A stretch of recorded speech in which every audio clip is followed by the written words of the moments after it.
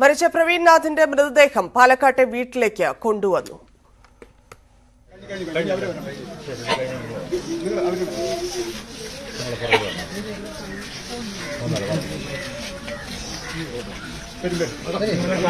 തടസ്സമുണ്ടാക്കുന്ന കുറച്ച്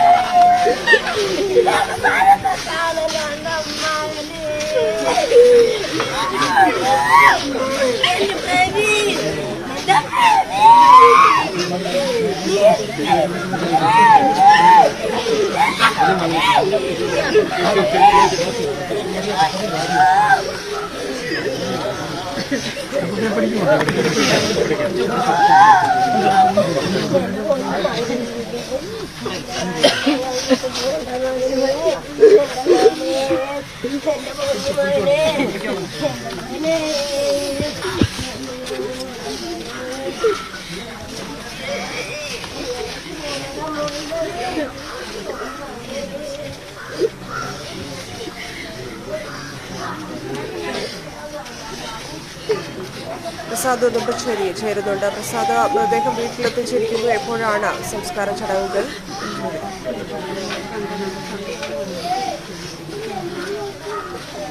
ധന്യ, അല്പസമയം മുമ്പാണ് പ്രവീൺ നാഥിന്റെ ഭൗതികദേഹം വീട്ടിലേക്ക് എത്തിച്ചത്. രാവിലെ പോസ്റ്റ്മോർട്ടം തൃശൂർ മെഡിക്കൽ കോളേജിൽ പോസ്റ്റ്മോർട്ടം പൂർത്തിയാക്കി പിന്നീട് തൃശൂർ ഇൻഡോർ സ്റ്റേഡിയത്തിൽ പൊതുദർശനമുണ്ടായിരുന്നു. അതിനുശേഷമാണ് ഇപ്പോൾ ഭൗതികദേഹം സംസ്കാര ചടങ്ങുകൾക്കായി വീട്ടിലെത്തിച്ചിരിക്കുന്നത്. വളരെ വികാരനിർഭരമായ കാഴ്ചകളാണ് നമുക്കിവിടെ കാണാൻ കഴിയുന്നത്. പ്രവീൺ നാഥിന്റെ ബന്ധുക്കളും കുടുംബാംഗങ്ങളും അതോടൊപ്പം തന്നെ നാട്ടുകാരുമെല്ലാം തന്നെ ഇവിടെ ആദരാഞ്ജലികൾ അർപ്പിക്കുന്നതിന് വേണ്ടി എത്തിയിട്ടുണ്ട്. വലിയ ഞെട്ടൽ ഈ മരണത്തിൽ ഇവരെല്ലാം ഒരുപോലെ പങ്കുവെക്കുന്നു. കഴിഞ്ഞ കുറേ നാളുകളായി തൃശ്ശൂരാണ് പ്രവീൺ താമസിക്കുന്നതെങ്കിലും മാസത്തിലൊരിക്കലെല്ലാം ഇവിടെ വരികയും അമ്മയെ കണ്ടെല്ലാം തന്നെ മടങ്ങുകയും ചെയ്തിരുന്നു. കുടുംബാംഗങ്ങളുമായി നല്ല ബന്ധം പുലർത്തിയിരുന്നു എന്നുള്ളതാണ് സഹോദരങ്ങളെല്ലാം തന്നെ വ്യക്തമാക്കുന്നത്. ഇതിൽ നേരത്തെ രാവിലെ സഹോദരനെല്ലാം പറഞ്ഞിരുന്നത് ജീവിത പങ്കാളിയുമായുള്ള ചില പ്രശ്നങ്ങളാണ് ഇതിലേക്ക് നയിച്ച കാരണങ്ങളിൽ ഒന്ന്. മറ്റൊന്ന്, സാമൂഹ്യ മാധ്യമങ്ങളിൽ കഴിഞ്ഞ ദിവസം പ്രവീൺ പങ്കാളിയുമായി വേർപിരിയുന്നു എന്നൊരു പോസ്റ്റ് ഇടുകയും പിന്നീട് അത് പിൻവലിക്കുകയും ചെയ്തിരുന്നു. പക്ഷേ ആ പോസ്റ്റ് ഇട്ട സമയം മുതൽ വലിയ തോതിലുള്ള പരിഹാസങ്ങളും വിമർശനങ്ങളും സോഷ്യൽ മീഡിയയിൽ നിന്നും ഓൺലൈൻ മാധ്യമങ്ങളിൽ നിന്നും ഏറ്റുവാങ്ങേണ്ടി വന്നു എന്നുള്ളത് പറയുന്നു. അത് പ്രവീണിനെ സംബന്ധിച്ചിടത്തോളം അത് താങ്ങാവുന്നതിലും അപ്പുറമായിരുന്നു. അതോടൊപ്പം തന്നെ പങ്കാളിയുമായുള്ള ചില പ്രശ്നങ്ങളും ഈ ഒരു ആത്മഹത്യയിലേക്ക് നയിച്ചു എന്നതാണ് അവരെല്ലാം തന്നെ ഒരുപാട് പറയുന്നത്. എന്തായാലും എല്ലാവരും വലിയ ഞെട്ടലിലാണ്. ഈ ഒരു സംബന്ധിച്ച് കുടുംബമെല്ലാം പറഞ്ഞിരുന്നത് തുടക്കത്തിൽ പ്രവീണിന് ചില എതിർപ്പുകൾ ഉണ്ടായിരുന്നെങ്കിൽ പോലും പിന്നീട് പ്രവീൺ നാഥായി മാറിയതിനു ശേഷം വിവാഹത്തിനെല്ലാം തന്നെ വലിയ പിന്തുണയാണ് കൊടുത്തത് എന്നുള്ളതാണ് അവരെല്ലാവരും പറയുന്നത്. ഒട്ടും ഇങ്ങനെ ഒരു അന്ത്യം ആരും പ്രതീക്ഷിച്ചിരുന്നില്ല എന്നുള്ളത് കുടുംബാംഗങ്ങളും നാട്ടുകാരുമെല്ലാം പറയുന്നു.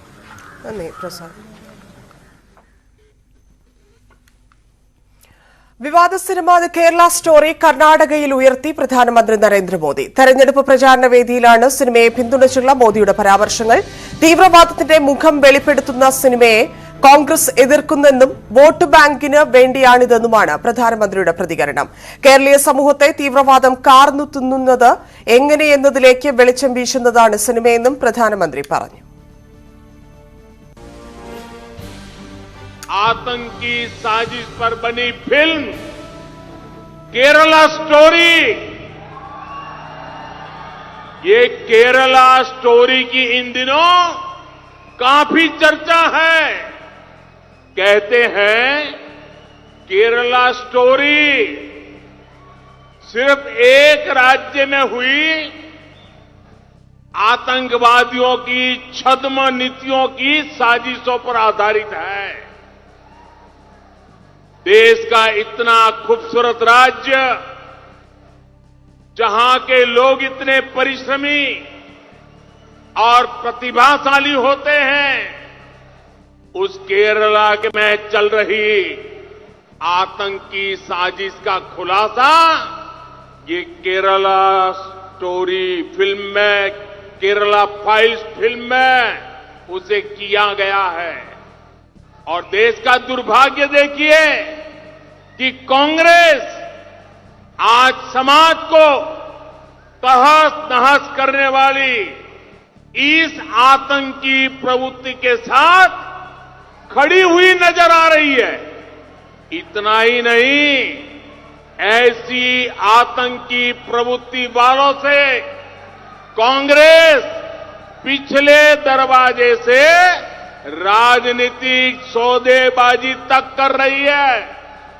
कर्नाटका के लोगों को इसलिए कांग्रेस से बहुत ही सावधान रहने की जरूरत है। വിവരങ്ങളുമായി മനു ഭരത് ചേരുന്നു. മനു, എങ്ങനെ കേരള സ്റ്റോറിയെ ബിജെപി ഉപയോഗിക്കുമെന്നതിൽ കഴിഞ്ഞ ദിവസങ്ങളിലും ഇന്നിപ്പോൾ കേരളത്തിൽ കൊച്ചിയിലും തിരുവനന്തപുരത്തും ഇത് പ്രദർശിപ്പിച്ചപ്പോഴും മനസ്സിലാക്കിയതാണ് എത്തരത്തിലാണ് അതിനെ ഉപയോഗിക്കുന്നത് എന്നുള്ളത്. ഇതിപ്പോൾ കർണാടക അസംബ്ലി തെരഞ്ഞെടുപ്പിൽ പ്രചാരണത്തിനും ബിജെപി പ്രചാരണായുധമായി കേരള സ്റ്റോറി ഉപയോഗിച്ചിരിക്കുന്നു. പ്രധാനമന്ത്രിയുടെ വായിൽ നിന്നാണ് ഇത്തരത്തിലുള്ള വാക്കുകളും വന്നിരിക്കുന്നത്. കൂടുതൽ വിവരങ്ങൾ ധന്യ, ഇവിടെ പ്രധാനമായി ശ്രദ്ധിക്കേണ്ടത് ദേശസുരക്ഷ എന്നത് ഒരു വലിയ പ്രചരണ ആയുധമായി ബി.ജെ.പി. ഈ തെരഞ്ഞെടുപ്പുകളിൽ ഉപയോഗിക്കുന്നു. ഇനി വരാനിരിക്കുന്ന തെരഞ്ഞെടുപ്പുകളിൽ ഇത് കൂടുതൽ ഉണ്ടാകും. പ്രത്യേകിച്ച് 2024 പാർലമെന്റ് തെരഞ്ഞെടുപ്പാകുമ്പോഴേക്കും ഈ ദേശസുരക്ഷ എന്ന വിഷയത്തെ വലിയ തോതിൽ ഉയർത്തിക്കാണിക്കാൻ ബി.ജെ.പി. നേരത്തെ തന്നെ ലക്ഷ്യമിട്ടിരുന്നു. അതിൻ്റെ തുടക്കമായി കൂടി ഇതിനെ വായിച്ചെടുക്കാവുന്നതാണ്. ഇതിൽ ബി.ജെ.പി. ഉന്നയിക്കുന്ന ഒരു പ്രധാന ഘടകം കോൺഗ്രസ് വോട്ട് ബാങ്ക് രാഷ്ട്രീയം മുന്നിൽ കണ്ടുകൊണ്ട് ഈ ന്യൂനപക്ഷ പ്രീണനം എന്ന നയം ഇപ്പോഴും തുടരുന്നു എന്നതാണ് പ്രധാനമന്ത്രി ആരോപിക്കുന്നത്. കോൺഗ്രസിനെ അതുകൊണ്ട് തന്നെ വളരെയധികം സൂക്ഷിക്കണം, കോൺഗ്രസിനോട് ജാഗ്രത പുലർത്തണം എന്ന നിലപാടാണ് പ്രധാനമന്ത്രി ഇന്ന് ബലാരിയിലെ ഈ പൊതു റാലിയിൽ വ്യക്തമാക്കിയിട്ടുള്ളത്.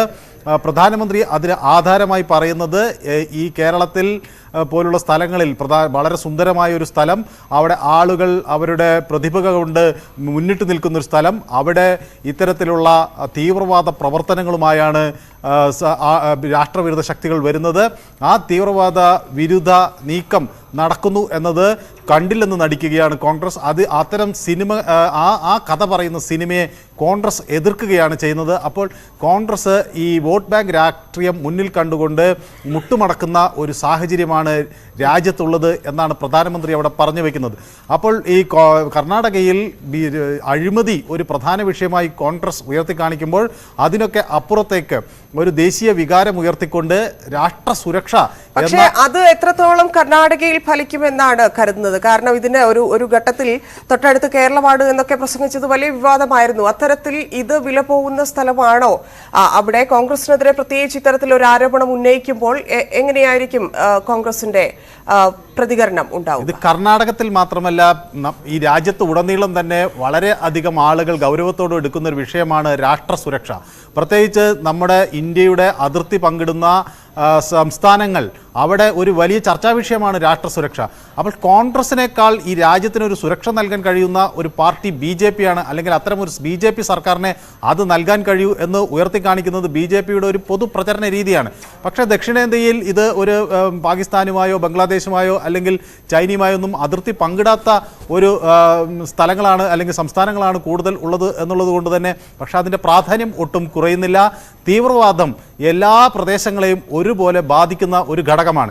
അത് പ്രധാനമായി ഉയർത്തിക്കാണിക്കുക എന്നത്, അപ്പോൾ ദേശീയതയുടെ ഒരു വക്താവായി, ദേശീയ ഐക്യത്തിൻ്റെയൊക്കെ ഒരു വക്താവായി ബി.ജെ.പിക്ക് പ്രധാനമന്ത്രിക്കും ഉയർത്തിക്കാണിക്കാൻ കഴിയുന്നു എന്നതാണ് ഈ തെരഞ്ഞെടുപ്പിലെ ഒരു പ്രധാന ഘടകം. പക്ഷേ ഇത് താഴെത്തട്ടിൽ എങ്ങനെ പ്രതിഫലിക്കും എന്നതാണ് നാം നോക്കിക്കാണേണ്ടത്. കാരണം പ്രത്യേകിച്ച് ഈ കോൺഗ്രസ് അഴിമതി ആരോപണങ്ങളാണ് മുന്നോട്ട് വയ്ക്കുന്നത്.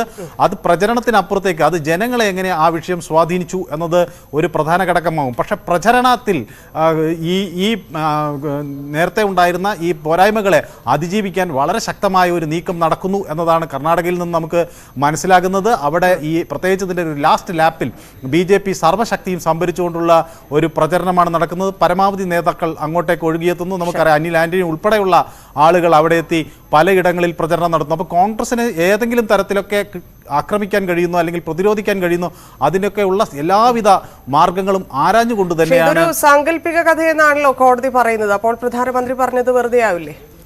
അല്ല, ഇതിൽ ഇത്തരം ഒരു സിനിമയെ എതിർക്കുന്നത് എന്തുകൊണ്ട് എന്നതാണ് പ്രധാനമന്ത്രി പ്രധാനമായും ഉന്നയിക്കുന്ന ഒരു വിഷയം.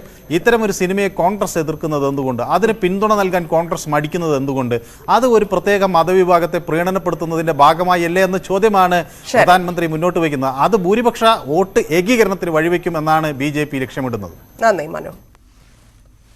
വിവാദങ്ങൾക്കും പ്രതിഷേധങ്ങൾക്കും ഒടുവിൽ ദ കേരള സ്റ്റോറി റിലീസായി. കനത്ത സുരക്ഷയോടെയായിരുന്നു സംസ്ഥാനത്ത് പ്രദർശനം. തിയേറ്ററിലേക്ക് സിനിമയ്ക്കെത്തിയ വിവിധ സംഘടനകൾ പ്രതിഷേധം നടത്തി. Shalini Unnikrishnan, a Hindu from Kerala. വിവാദങ്ങൾക്കും നിയമ പോരാട്ടങ്ങൾക്കും ഒടുവിലാണ് ദ കേരള സ്റ്റോറി കേരളത്തിൽ റിലീസിനെത്തിയത്. സംസ്ഥാനത്തെ പ്രധാന കേന്ദ്രങ്ങളിൽ പ്രദർശനം നടന്നു. കൊച്ചി ഷെനൈസ് തിയേറ്ററിന് മുന്നിൽ പ്രദർശനത്തിന് തൊട്ടുമുമ്പ് NCP യുവജന സംഘടനയുടെ നേതൃത്വത്തിൽ പ്രതിഷേധം സംഘടിപ്പിച്ചു.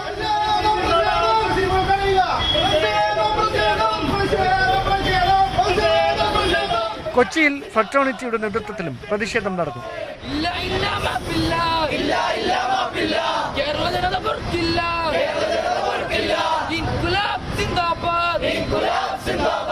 സിനിമ പ്രദർശിപ്പിക്കുന്ന തിയേറ്ററുകളിൽ പ്രതിഷേധം കണക്കിലെടുത്ത് പോലീസ് സുരക്ഷ ശക്തമാക്കിയിരുന്നു. ആദ്യ പ്രദർശനത്തിന് ശേഷമുള്ള പ്രതികരണങ്ങൾ ഇങ്ങനെ. ശക്തമായ പ്രമേയം.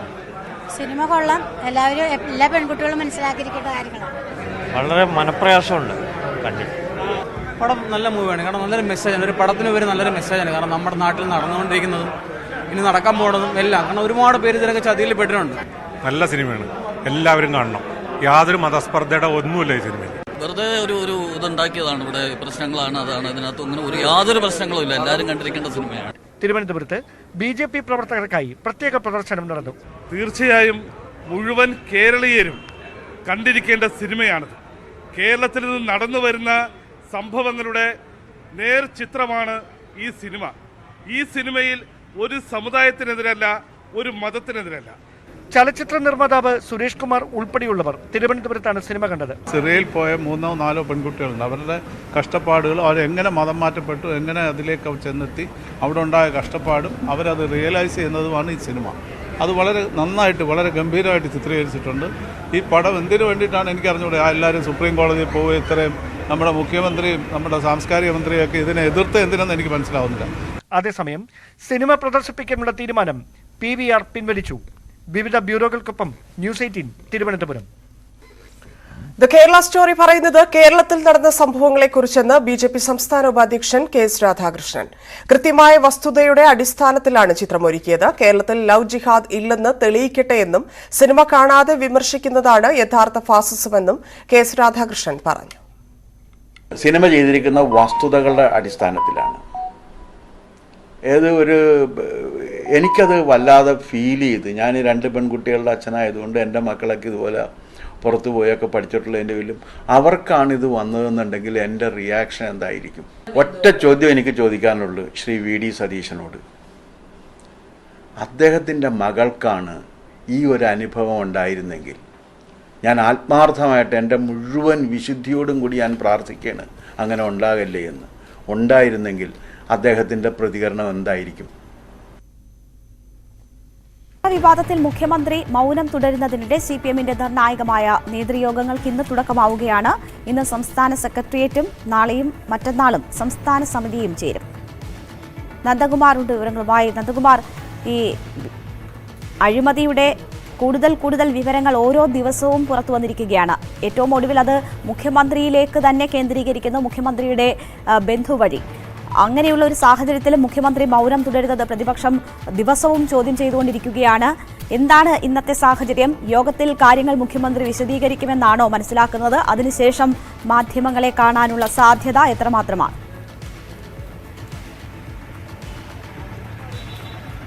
തീർച്ചയായും രേണുക, പ്രത്യേകിച്ച് AI ക്യാമറ വിവാദവുമായി ബന്ധപ്പെട്ട് ഈ ഒരു പ്രതിപക്ഷം ഓരോ ദിവസവും ആരോപണങ്ങൾ ഉന്നയിക്കുന്ന ഒരു സാഹചര്യത്തിലാണ് CPM-ഉം അതോടൊപ്പം തന്നെ സർക്കാരും മൗനം തുടരുന്ന ഒരു സാഹചര്യം ഉണ്ടാവുന്നത്. പാർട്ടി വേദികൾ പലതും മുഖ്യമന്ത്രി മറ്റ് വിഷയങ്ങളൊക്കെ തന്നെ സംസാരിക്കുകയും RSS അജണ്ടകൾക്കെതിരെ രാഷ്ട്രീയപരമായി സംസാരിക്കുകയും ഒക്കെ ചെയ്തിരുന്നു. അപ്പോഴും AI ക്യാമറ വിവാദവും ഒക്കെ തന്നെ അദ്ദേഹം മൗനം പാലിക്കുകയായിരുന്നു ഉണ്ടായിരുന്നത്. എന്തായാലും ഈ ഒരു വിഷയത്തിൽ ഇന്ന് CPM സംസ്ഥാന സെക്രട്ടേറിയറ്റിൽ മുഖ്യമന്ത്രി വിശദീകരണം നൽകും. അതിനുശേഷമായിരിക്കും CPM അടക്കമുള്ള പാർട്ടി കേന്ദ്രങ്ങളൊക്കെ തന്നെ ഈ ഒരു വിവാദത്തിൽ മാധ്യമങ്ങളോട് തുറന്ന് സംസാരിക്കുകയും ചെയ്യുക. എന്തായാലും ഈ ഒരു വിവാദം കത്ത് നിന്ന് ഏകദേശം ഒരു മാസമായിട്ട് കൂടിയാണ് CPM കേന്ദ്രങ്ങളിൽ നിന്നും മുഖ്യമന്ത്രിയുടെ ഭാഗത്തു നിന്നും ഒരു മൗനം തുടരുന്ന ഒരു സാഹചര്യം ഉണ്ടാവുന്നത്. പ്രതിപക്ഷ നേതാക്കളൊക്കെ തന്നെ ഓരോ ദിവസവും ഈ AI ക്യാമറയുമായി ബന്ധപ്പെട്ട കരാറിലായാലും അതോടൊപ്പം തന്നെ ഈ ഒരു AI ക്യാമറ വിവാദത്തിലൊക്കെ തന്നെ കൃത്യമായ വിവരങ്ങളും അതോടൊപ്പം തന്നെ മറ്റ് ഡോക്യുമെന്റ്സും ഒക്കെ തന്നെ പുറത്തുവിടുന്ന ഒരു സാഹചര്യത്തിലും CPM കേന്ദ്രം മൗനം പാലിക്കുകയായിരുന്നു. കൃത്യമായ ഒരു മറുപടി ഇതുവരെയും CPM കേന്ദ്രത്തിന്റെ ഭാഗത്തു നിന്നും ഇതുവരെ ഉണ്ടായില്ല. എന്തായാലും ഇന്നത്തെ ഒരു CPM സെക്രട്ടേറിയറ്റിൽ ഈ ഒരു വിഷയം കൃത്യമായി ചർച്ച ചെയ്യുകയും അതോടൊപ്പം തന്നെ കൃത്യമായ രീതിയിൽ ഈ ഒരു വിവാദം അവസാനിപ്പിക്കാനുള്ള സാഹചര്യം ഉണ്ടാക്കാനും ഒരു സാധ്യതയും CPM-ന്റെ ഭാഗത്തുനിന്നുണ്ടാവുന്നു. പ്രധാനമായും ഇന്നത്തെ അജണ്ടയിലുള്ളത് CPM കേന്ദ്ര കമ്മിറ്റി തീരുമാനങ്ങളും അതോടൊപ്പം തന്നെ ലോക്സഭാ തെരഞ്ഞെടുപ്പ് അടക്കമുള്ള വിഷയങ്ങളാണ്. പക്ഷേ നമ്മളെല്ലാവരും നോക്കിക്കാണുന്നത് AI ക്യാമറയുമായി ബന്ധപ്പെട്ട വിവാദങ്ങളിൽ മുഖ്യമന്ത്രി എന്ത് വിശദീകരണം നൽകുമെന്ന് തന്നെയാണ്. കാരണം പ്രതിപക്ഷ നേതാക്കളടക്കം മുഖ്യമന്ത്രിയെയും മുഖ്യമന്ത്രിയുടെ കുടുംബത്തെയും അതോടൊപ്പം തന്നെ മുഖ്യമന്ത്രിയുടെ ഓഫീസിലടക്കം ഈ ഒരു വിഷയം ഓരോ ദിവസവും മുൻനിർത്തി കൊണ്ടുവരുമ്പോഴും കൃത്യമായ ഒരു മറുപടി പറയാൻ CPM-ഓ അതോ അല്ലെങ്കിൽ മുഖ്യമന്ത്രിയോ തയ്യാറായിട്ടില്ല എന്നതായിരുന്നു വാസ്തവം. എന്തായാലും ഈ ഒരു വിവാദം അവസാനിപ്പിക്കാൻ തന്നെയാണ് CPM-ന്റെ നീക്കം. അതിനുവേണ്ടി കൃത്യമായ ഒരു വിശദീകരണം മുഖ്യമന്ത്രിയുടെ ഭാഗത്തുനിന്നുണ്ടാകും. അതിലൂടെയായിരിക്കും CPM കൃത്യമായി ഇതിൽ നിന്നൊരു മറുപടി കണ്ടെത്തുകയും ചെയ്യുക. രേണുക, ശരി, നന്ദകുമാറാണ് വിവരങ്ങൾ നൽകിയത്. ഒരുപക്ഷെ മുഖ്യമന്ത്രി മാധ്യമങ്ങളോട് ഇക്കാര്യങ്ങൾ ഒക്കെയും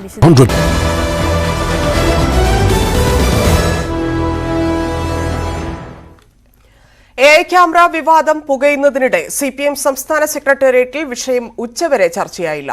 നാളെയും മറ്റന്നാളുമാണ് സംസ്ഥാന കമ്മിറ്റി യോഗം ചേരുന്നത്. പുറത്തുവന്ന കാര്യങ്ങൾ വസ്തുതാവിരുദ്ധമാണെന്നും പദ്ധതിയിൽ സർക്കാർ ഇതുവരെ ഒരു രൂപ പോലും ചെലവഴിച്ചില്ലെന്നും മന്ത്രി P. രാജീവ് പറഞ്ഞു. ആദ്യത്തെ ഭാഗം നോക്കിക്കോ. ആദ്യത്തെ ഭാഗത്തിൽ ഏകദേശം 25 കോടി GST ആണ്. അത് കഴിഞ്ഞിട്ടുള്ള പണമാണ്. അതിൽ ക്യാമറ മാത്രമല്ല, ഇപ്പോ ഒരു central server, central control room 22 സർവറാണ്. 26 ടെട്രാബൈറ്റ് അത്രയും വലിയ സംഭരണ ശേഷിയുള്ള സർവറാണ്. അതിന് കംപ്ലീറ്റ് ബാക്കപ്പ് സംവിധാനം, അത് നിലനിർത്താൻ കഴിയുന്ന മറ്റ് സംവിധാനങ്ങൾ, പിന്നെ പല സ്വഭാവത്തിലുള്ള ക്യാമറകൾ, അതുമായിട്ട് 12 കമ്പോണന്റ് ഇതുമായി കൂട്ടിച്ചേർക്കുമ്പോൾ സോഫ്റ്റ്വെയർ ഉൾപ്പെടെ ഇതെല്ലാം രേഖകളുണ്ടല്ലോ. പക്ഷെ പകരം നിങ്ങൾ വളരെ എളുപ്പത്തിൽ ഇതന്നെ സാങ്കേതിക കാര്യങ്ങൾ ഉള്ളതുകൊണ്ട് 256 കോടി 766 ക്യാമറ ഇന്നിങ്ങനെ അങ്ങ് പറഞ്ഞുകൊണ്ടിരുന്നാൽ കുറച്ച് ദിവസമൊക്കെ ആളുകൾ നമ്മുടെ മലയാളികളാണല്ലോ, അവരിതെല്ലാം വിശകലനം ചെയ്യാൻ കഴിയുന്നവരാണല്ലോ. അപ്പൊ അതുകൊണ്ട് അത്തരം കാര്യങ്ങൾ ഇതുവരെ വന്ന കാര്യങ്ങളെല്ലാം വസ്തുതാ വിരുദ്ധമായിട്ടാണ് മാധ്യമങ്ങൾ പ്രചരിപ്പിച്ചുകൊണ്ടിരിക്കുന്നത്. അത് സംബന്ധിച്ച് ഇലക്ട്രോൺ നടത്തിയിട്ടുള്ള കാര്യങ്ങൾ, ടെൻഡർ പ്രോസസിംഗ്, മറ്റു കാര്യങ്ങളെല്ലാം എങ്ങനെയാണ്, അത് ഞങ്ങളുടെ റിപ്പോർട്ട് കിട്ടുമ്പോൾ ബാക്കി കാര്യങ്ങൾ അപ്ഡേറ്റ് ചെയ്യും. വി അരുൺ ചേർന്നു. അരുൺ, AI ക്യാമറ വിവാദം ഇത്രയധികം പുകയുന്ന സമയത്താണ് CPM സെക്രട്ടേറിയറ്റ് ചേരുന്നത്. തുടരുകയാണോ? ചർച്ചയായോ വിഷയം? സെക്രട്ടേറിയറ്റ് ഉച്ചഭക്ഷണത്തിന് ശേഷം അല്പസമയത്തിനകം ആരംഭിക്കും. രാവിലെ AI ക്യാമറ വിവാദം ചർച്ചയ്ക്ക് വന്നിട്ടില്ല. ആ വിഷയം മുഖ്യമന്ത്രി അതിന് വിശദീകരണം നൽകിയിട്ടുമില്ല. ഉച്ചശേഷം അത് ഉണ്ടാകുമെന്നാണ് പ്രതീക്ഷിക്കപ്പെടുന്നത്.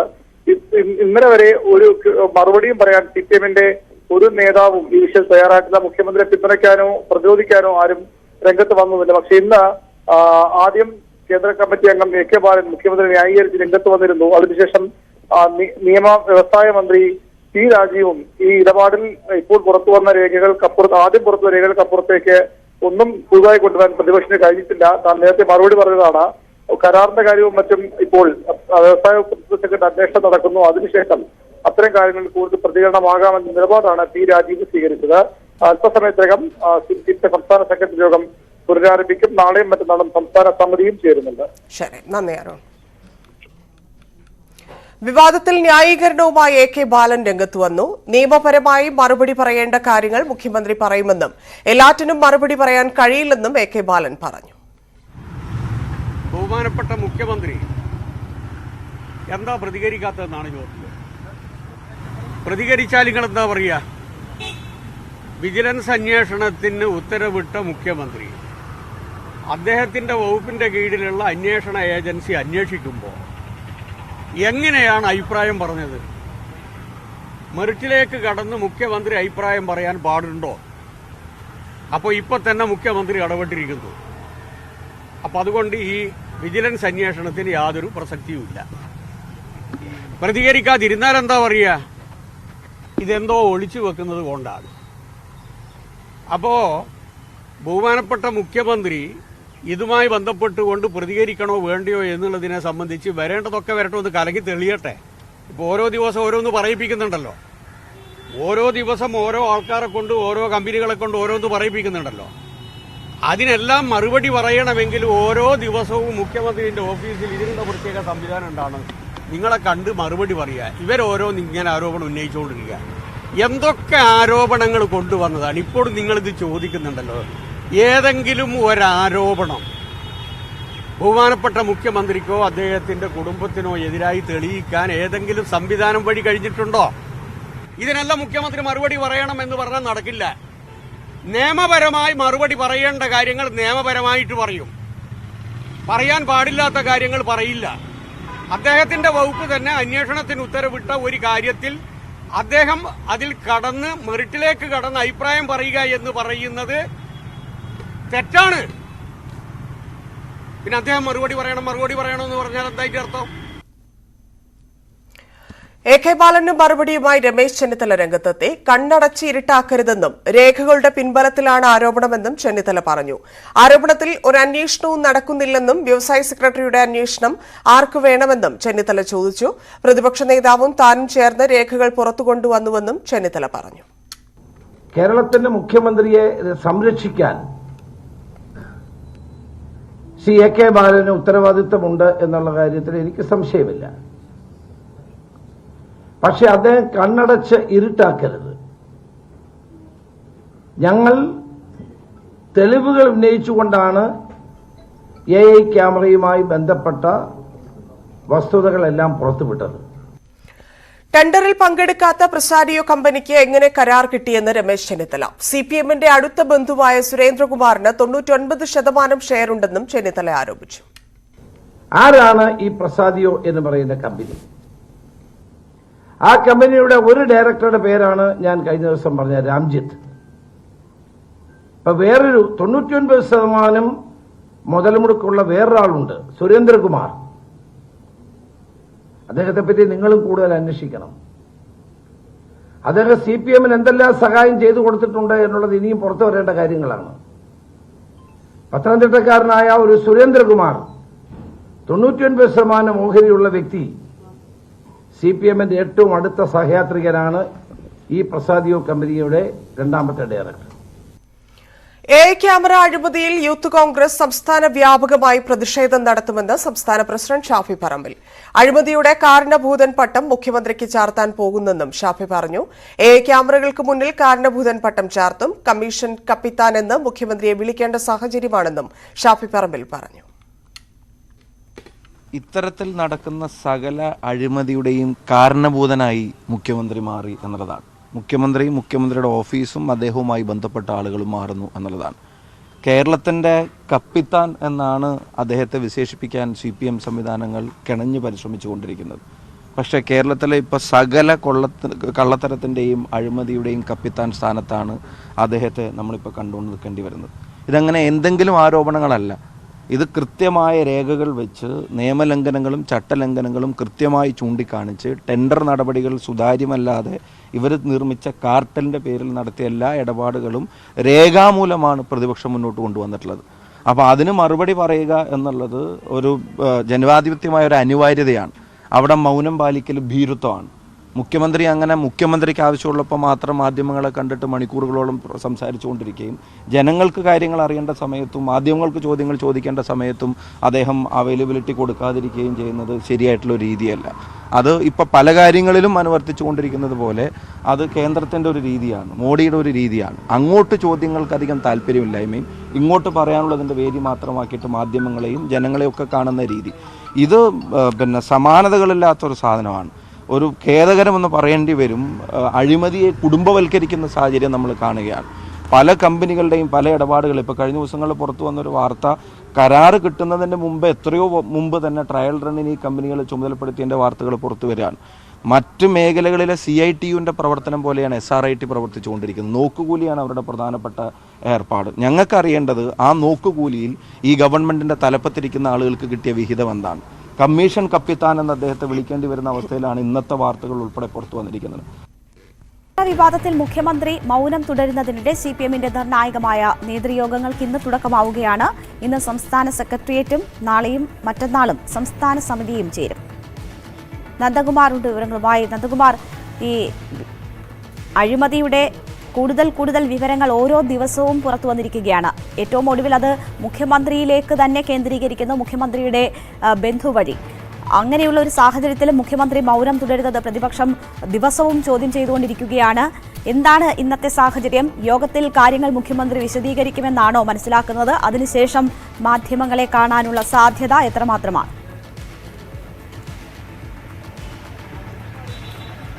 തീർച്ചയായും രേണുക, പ്രത്യേകിച്ച് AI ക്യാമറ വിവാദവുമായി ബന്ധപ്പെട്ട് ഈ ഒരു പ്രതിപക്ഷം ഓരോ ദിവസവും